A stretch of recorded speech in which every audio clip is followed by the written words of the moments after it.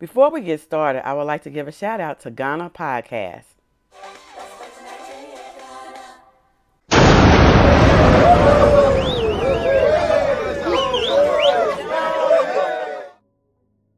Hello, everyone. Welcome to this week's Indie Artist Music Hustle with Blonde Intelligence. I'm your host, Miss Ronnie, where I always seek to give you exquisite cranial repertoire. This week, we have a very special guest. We have Connor. Say hello to everyone. Hello, everybody. Well, I normally do is let the guest take over, so I'm gonna let you take over and tell everyone a little bit about yourself. Yeah, my name is Connor Cherland. I'm based in Los Angeles for the last little bit over a year. Spent the last 11 years working as a full-time musician, or being a full-time musician for the past 6 years in Santa Barbara. And that's pretty much been the game. I've been doing a bunch of gigs. I've done over like 1,100 gigs in the last 7 years, and put out 6 EPs, and I'm working to fund my first full-length album at the moment. Okay. So tell me about your genre of music. Yeah, I lately have been a lot more indie rock. I started out a lot more singer-songwriter, like Ed Sheeran made it really easy to be like, all right, I'm going to pick up a guitar, grab a loop pedal, and start hitting the bars. And then from there started listening to more indie rock bands like The National or Gaslight Anthem, and that's kind of been my North Star since then. Okay. So tell me, with all the hoopla going on about the AI, I'm really excited about using more advanced artificial intelligence in music, especially for collaborations, because I hear a lot of artists will say, I had the song in my head, but when I performed it with the band, it just wasn't the same. And Hmm. so I look at alleviating that problem with using artificial intelligence. You know what tone you want, you Hmm. know how you want it to sound. And so you can build that collaboration using the computer now. So tell Yeah. me, as an artist, how do you feel about artificial intelligence advancing into the music industry? Yeah, I think that's a really interesting idea that you just said with being able to refine your searches. So like I've been using AI like when I meet certain musicians or when I am playing shows with certain musicians, I'll ask it. I'll be like, "Can you tell me about John Doe and like what he's into?" And it'll give me a very simple bio. And I'll Hmm. I'll be like, that seems a little vague. Can you give me something more specific? And then I'll just copy and paste that question 12 times. And by the 12th time, it's giving you the most like detailed information. It's like this guy built a boat with his father in 2009 Let me after. tell you something about that, because I took a training on chat GPT or whatever it was, and it sounds great. But then you go back in and you ask it, are you telling the truth? Did this Yeah. come from this person right here? And Yeah. it'll apologize to you and tell you, no, I made it up. Oh my gosh, that's hilarious. Okay. So yeah, so then I guess I've been using it not the best way. Yeah, I think it's cool to be able to like when it does interface with audio, I think it's cool to be able to be like, no, I want it to sound more like this person. I don't think in its current form it knows tone like we do. Like when I ask it to Well, like, they have one called the voice recognition, yeah, and it was a big thing about it was an artificial intelligence collaboration between Future and somebody. I can't remember who it was, and the record label got involved and had everything shut down because you actually can make the voice sample a person's voice to make it sound the way that you want it to sound. So just say, for instance, this is just me. Um, I want to do a single, and I want Aretha Franklin, Beyonce, and Shay Jones to sing the background vocals for me. right. In my head, I know how that would sound. You would still have to have some type of, I would say, musical background, computer background, some type of programming. So it's not like it's going to be available to just everybody out there on the street. Right. But a person that is actually doing it and actually an artist and actually making a sound and actually want to create it because they cannot find the people to do it. Right. I mean, so I think that it is advanced in that area. It's just not available to everybody, I would say. Yeah, and maybe I misspoke because I wouldn't say like it does understand how to recreate tone in terms of like yeah I can recreate Beyonce's tone because her voice is like pretty distinct and you can make something that sounds like that. But if you were to be like write me a song in the style of Beyonce, like it would guess a genre and not necessarily like her voice. Like I've asked it to be like, how do you think this person sounds? Like write me a paragraph in the voice of this person or this person, and it's like pretty far off. So I do think for like copying voices, I think it's brilliant. For like creating like quick fast arrangements is really brilliant. I think of it more as like a brainstorming idea, or the same way that people use samples in Logic, where it's just like you can use samples in Logic, and then people, when they hear it, they're like, oh, this is a cool demo. Like, I'm really excited for you to like get real people playing this. So I still really see it at that stage, but I think it's going to unlock like basically what like Logic and Simple DAWs did for like the common man. It's going to do that even more so, and like make it more available because they can just type it in English. Mm-hmm. So tell me about your latest project and what type of AI did you use? I didn't use any AI on this. Okay. Yeah, these songs a lot of them came out of the last about year of living in Los Angeles, and there was a lot of grief, a lot of mourning that I had to view, and at the same time, like a lot of people in my life were experiencing grief, and at the same time, I was going to music lessons with one of my musical heroes, who I like learned about. Like I learned that he lived in LA. I was thinking about like what would make Who is living this in LA. hero? His name is Josh Kaufman, and he's Okay. he's a composer that I've followed for quite a number of years, and he's just his style is really beautiful to me, and so I thought about what would make living in LA really cool, and I was like, well, it'd be cool if I could work with this guy. So I just shot like a random DM and was like, let's see what'll happen, and he was like, sure, come over. I'm 15 minutes away from you. And Okay. yeah, so he's been giving me music lessons since like November, and now he's like helping out with the record, and it's so the songs are a lot more they dive into a lot more musical concepts than I have before in my past, and they dive into a lot more human concepts than I have in my past work. So I'm excited to share it. There's a lot of really cool sounds coming in, and yeah, I just think it's going to be a really beautiful piece. So how long have you been working on this project? I've been so I write songs kind of year round. So this year probably wrote about or like between like November and now I've written about 60 songs, and like I picked kind Wow. of the best 10 that I thought would fit, and they're thematically similar, and they what I did is I created a whole bunch of like Logic demos, and then I just started playing around with the song order, and then I started like burning them as like a single long track so I could hear it as an album in the car, until I felt like, oh, this is like a real album. This is like, these tracks feel good next to each other. This is a solid 35 minutes as it is. Let's start shopping it around to my friends and producer friends, and let's see if they agree that this is a record. Okay. So it was just that, I'm not going to say just that, but you felt like the melodies fit together. Why didn't you feel that about the other EPs that you did? Why didn't you combine two EPs and make an album instead of waiting so long to actually make an actual album? Yeah, I think the a lot of that is just financial. Like it costs twice as much, And but that's probably a bad excuse, because this year I also I'm fundraising for it, so it's like Hmm.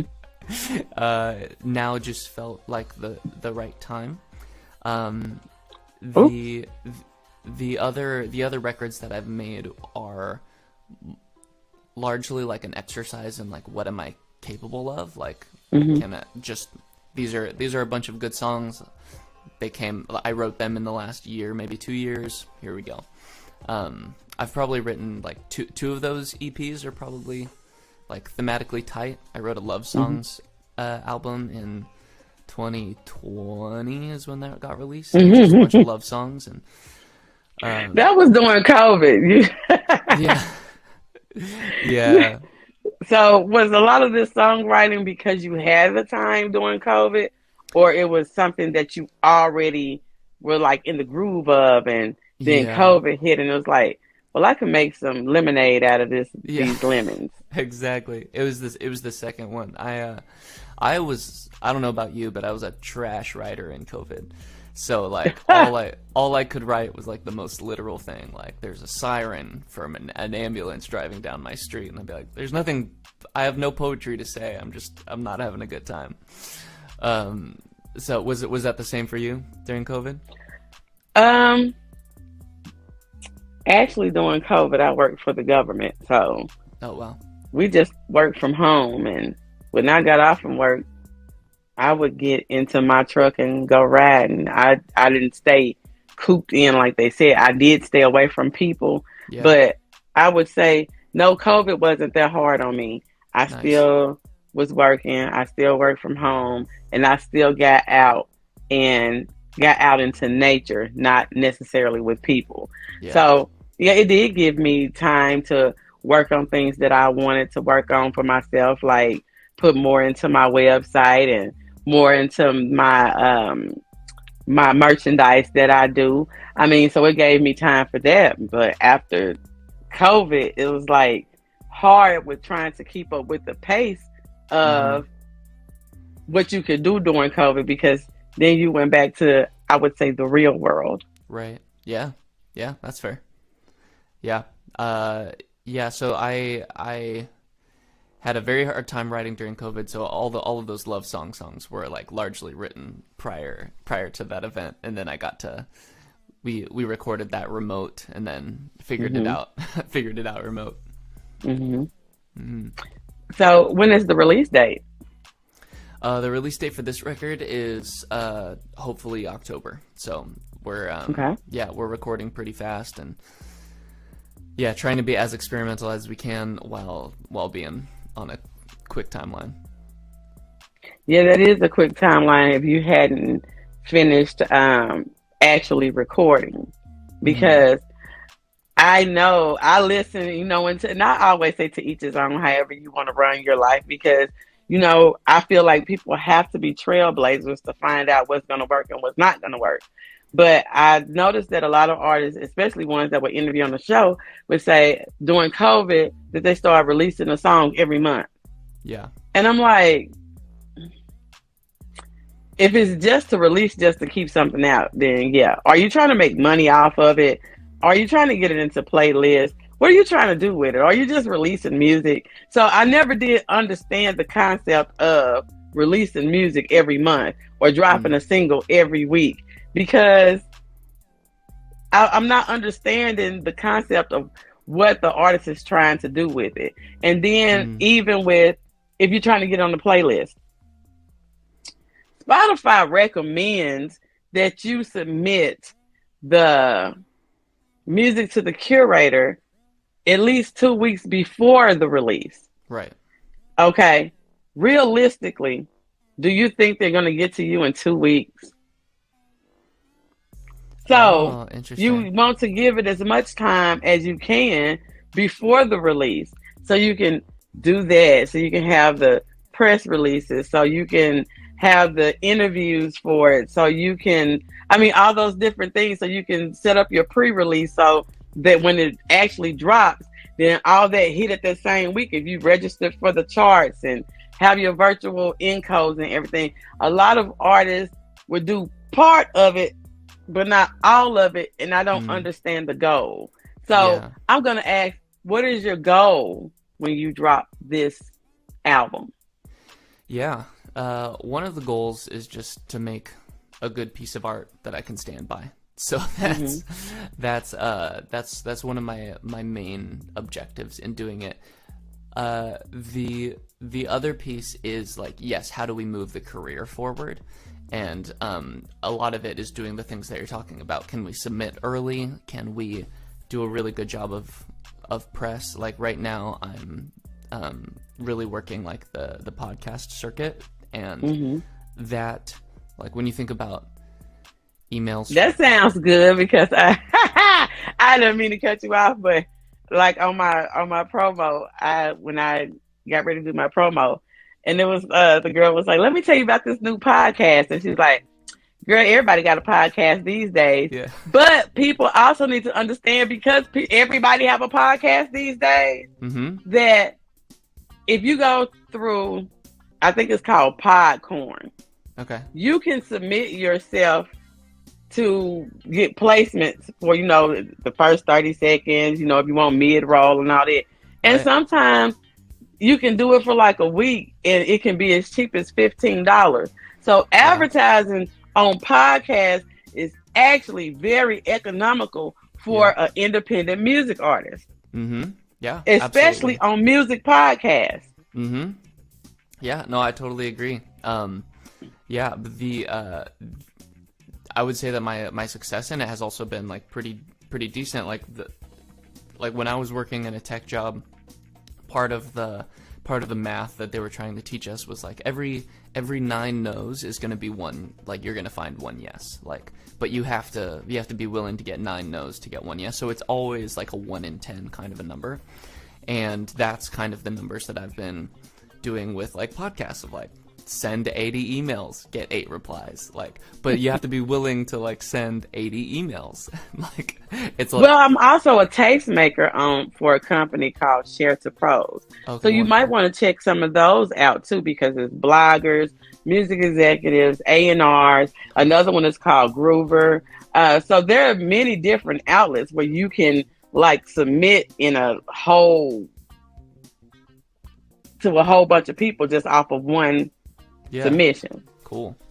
Yeah, I just wrote those down. Yeah, that'd be wonderful. Um, yeah, so the goals: make the best art that I can, try to advance my career, and that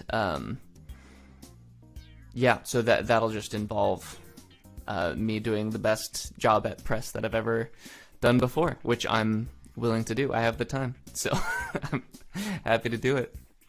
All right. So tell me what you think about the dependence on social media. Hmm, that's a great question. What do I think about it? I there's something that I heard someone else say the other day, ironically on social media, and they were saying that like the music industry used to work a lot more on like a talent basis, where Hmm. the most talented people were rising to the top, and that was the people that you would hear on the radios, people who were like really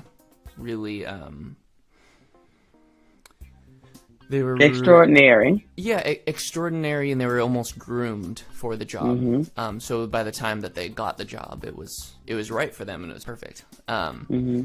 And like it was still tough on them, but it's the exact thing that they were built for. And they were saying now a lot of people are gaining in popularity, and some of them are incredibly talented, and some of them are like they are still talented, but they're more so like charismatic or some other they're like Their personality yeah, instead of exactly, an actual talent.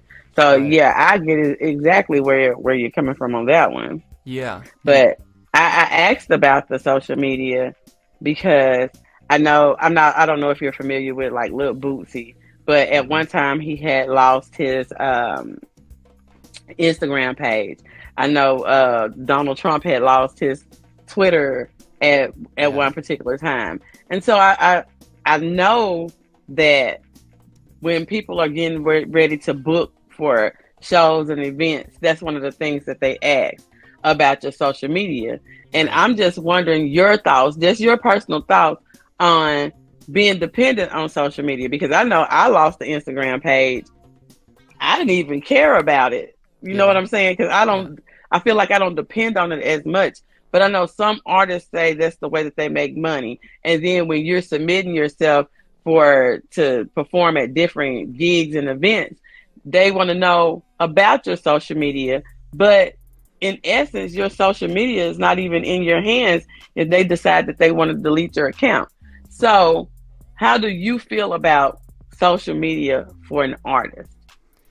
I know it's Yeah. a double-edged sword, but Yeah. I think like the way that the music industry uses social media is exactly that, where they're trying to view you as a number, and I feel like it's a social media following um is just a lazier, for lack of a better term, a lazier way of gauging crowd interest. When you might have 1,000 followers, but what if that 1,000 followers are like actual like roadies who like come to your every show, and then you get like, hmm so like they you don't know don't. how authentic your audience is, and Correct. and sometimes it's quality over quantity. You can have 1 million followers, but you only going to get a third, and that's good if you even get the 200,000 that's really going to support you out of those million followers. I mean, because Absolutely. you have to realize that half of the followers are haters anyway. Yeah. Yeah, absolutely. So, I mean, for you, how is it? For me, it's I have a hard time with it. I would prefer not to be on social media. That would be my ideal. It's like I think of the artist job as, again, like making the best art, like getting lost in a moment and being able to like come out with good art. Like I think that is like the artist's role, like the job of like channeling the muse, kind of a thing. You like go away and you come back with a piece of art.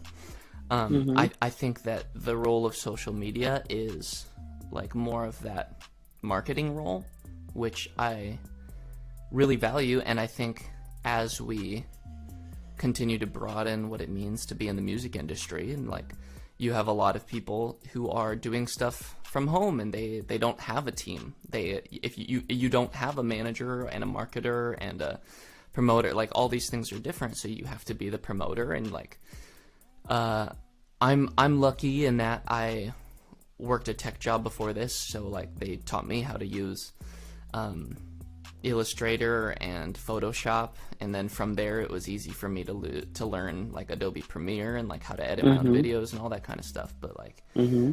um but if you don't know how to use any of those products, like it would make content It's a creation. lot more difficult Yeah, and exactly. expensive.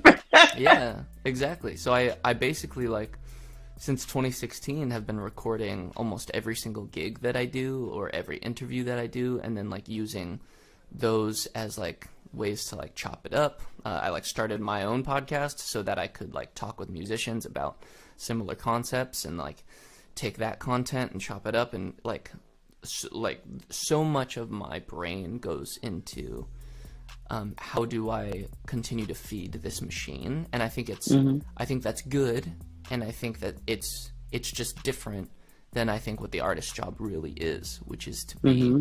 like in a more emotional, long conversation with yourself and the culture. So you feel that as being an independent artist, and even if you do have a small team, that you're giving more to the business side of being an artist rather than the emotional side of being an artist. Yeah, I would say that's right on. Okay. Tell me a little bit about your last EP, because that's what people can listen to now. They only can anticipate the Yes. upcoming album. So tell us a little bit about the EP. Yeah, my last EP was called Call Waiting. It was put out with Santa Barbara Records back in Mm-hmm. October. Mm-hmm. And that has 4 really good indie rock songs, and then 2 singer-songwriter songs of my own. Mm-hmm. And that deals with a lot of like themes of loss, but it's a really fun record to listen to. I like really Mm-hmm. enjoy listening to and playing all of those songs. And yeah, that was my first record that I made while living in Los Angeles. Okay. And I kind of just threw my fate into the hands of the producer and was like, hey man, this is my first time moving to LA. I just met you, and I think you're a good guy.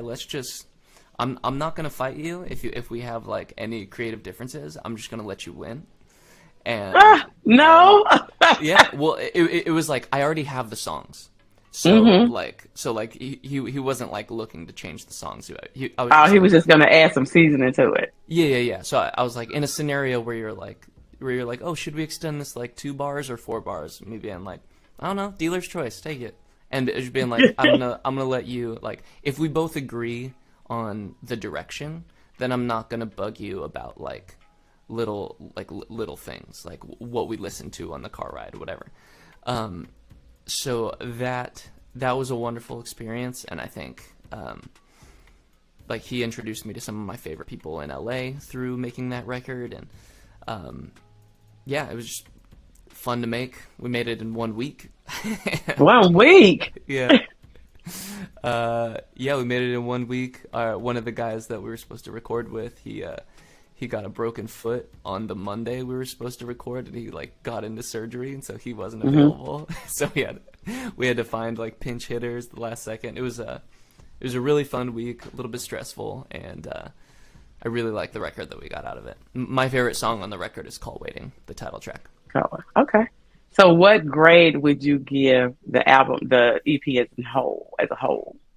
I'd give it a B. Like You give it a B? Yeah, I think it would be an A if the other 2 songs, the singer-songwriter songs, were like well produced like the others. But it was a matter of like I just ran out of money, so I was just like, all right, run out of money.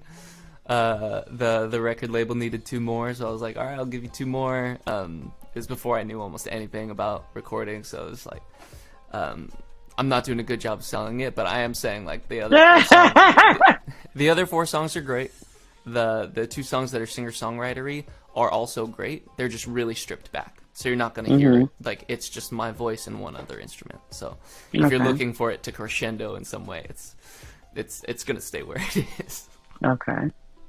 Well, I thank you for coming. I want you to give everybody your social media handle where they can find your EPs at. And you said October and that you released this last EP in October. So I'm gathering that it's something significant about October. If you want to tell anybody about what October means to you and anything else from Connor.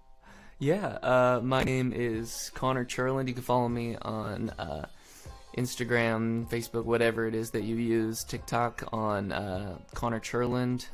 You can just type in my last name, share like the singer, land like the ground.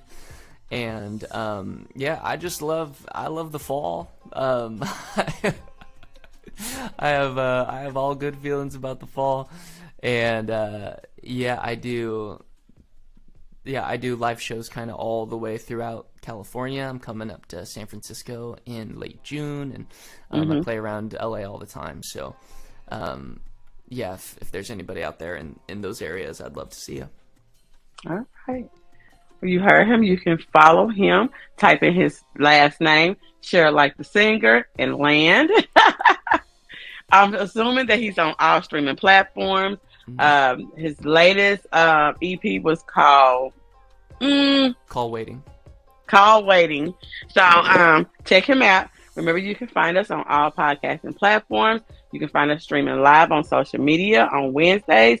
And also, if you're listening to us on rpentradio.com, you can hear us doing the Freedom Mix, and you will hear one of Connor's singles played during the Freedom Mix. So we will see you next week. Bye. Bye. Hey girl, let me tell you about this podcast.